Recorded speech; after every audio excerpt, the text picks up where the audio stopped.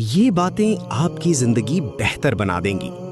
Number 1, सोच बदलें, खुद को कमजोर ना समझें, बहाने छोड़ें और हल सोचें।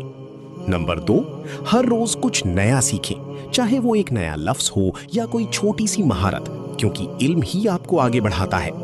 नंबर 3, मनफी सोच रखने वाले लोगों से दूर रहें, क्योंकि वो हर हल में भी एक नया मसला ढूंढ निकालते हैं। नंबर 4, खर्चे कंट्रोल करें, फजूल खर्ची करना बंद करें। नंबर 5, अपनी आमदनी का एक छोटा हिस्सा हर महीने लाजमी बचाएं, क्योंकि मुश्किल वक्त कभी बता कर नहीं आता।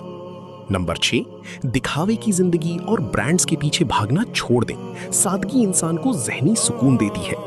नंबर 7, कर्ज से निकलने की कोशिश करें, पहले कर्ज को खत्म करें और मजीद ना लें।